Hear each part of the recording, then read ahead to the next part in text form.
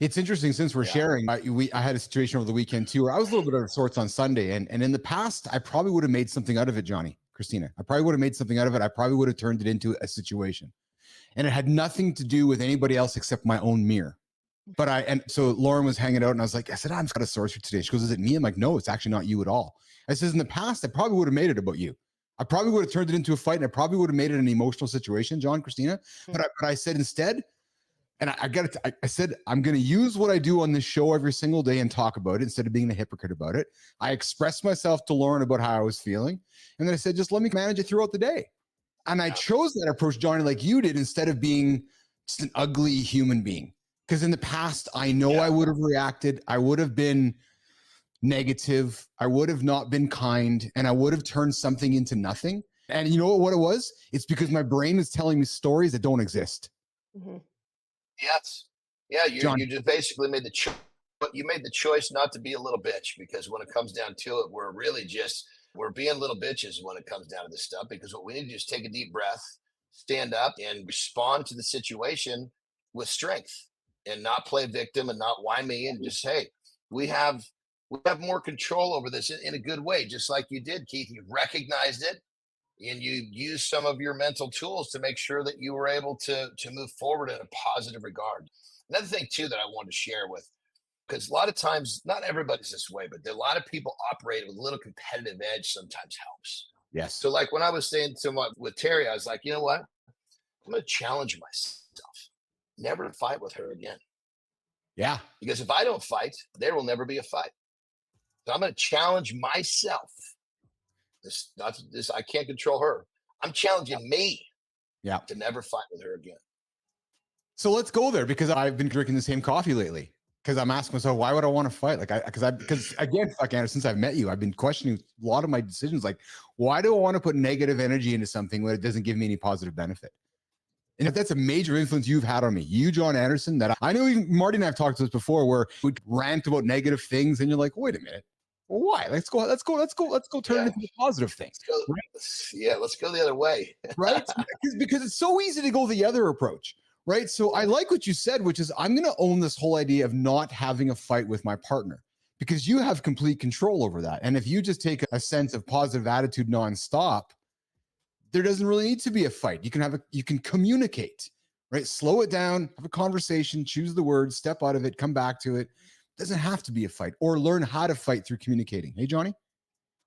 Or if need be, don't communicate at all. Because communicating if it's the wrong way, can actually be what fuels the fight. If one person chooses not to engage in an argument, the argument doesn't exist. So there's so many ways to avoid a fight. It's like, how do you respond in that moment? Yeah. And so obviously, if the relationship will allow some conversation that will nurture the situation, perfect. There are times when Terry will tell me it's best if I don't talk right now. The old me would have forced her to talk. Now, take your time, baby. Johnny, we're drinking the same Kool-Aid, brother. We absolutely are. We absolutely are. And I'm blessed that I get a chance to hang out with you daily, to keep teaching myself things. And perhaps it's reciprocal. And I'm seeing the words from Dugan, and I see Lauren's comments here as well. No, Lauren, we're not going to say that next time I'm going through my shit. But I like this, because we're talking about empathy, but every relationship starts with empathy. And if we can think about how the other person's feeling, magic can happen, right? It really does. Christina, some final comments from you. I know we did not. Jimmy, I know Reloaded went off the fucking segment. I had a whole list of topics to get into. I know Flinner, we had a center stage topic to get into, but as the host, I was like, no, we're going to keep going here and lean into this. So we got to lean into these conversations. Yeah. I was going to say, when we've got lightning in a bottle, you don't walk away from that. That's exactly it. That's exactly it. And I got Jimmy here saying, Johnny, we boys don't win in their wives, or else you can't help our wives live longer. Yes, nation. If you got something you need to do today, go help your wife live a day longer. Yeah, true story. And honey, if you want to go let your husband live a day longer, well, you can read the other side of the book there as well. So hey, you got to take a look at Lauren's comment, brother. This, Yes. I think I may have given her some ammunition. I know. I think I'm going to have to hear about it there, Johnny. That's why I'm like, all right, really? So I might hear about it sometime, and I'm going to record the conversation and play it back for you, Anderson. All right, listen, you're hanging out with Keith, John, and Christina Flynn, and producer Jimmy on Mornings in the Lab with Keith and friends here. We're going to work towards wrapping up the segment here and go towards Community Corner. Johnny's got to get on with his day. But Johnny, question for you, brother. How was golf yesterday, man? How did it go? How was the ground beef in the pocket? How was the cigar? How was the game? Oh man, a couple of great cigars.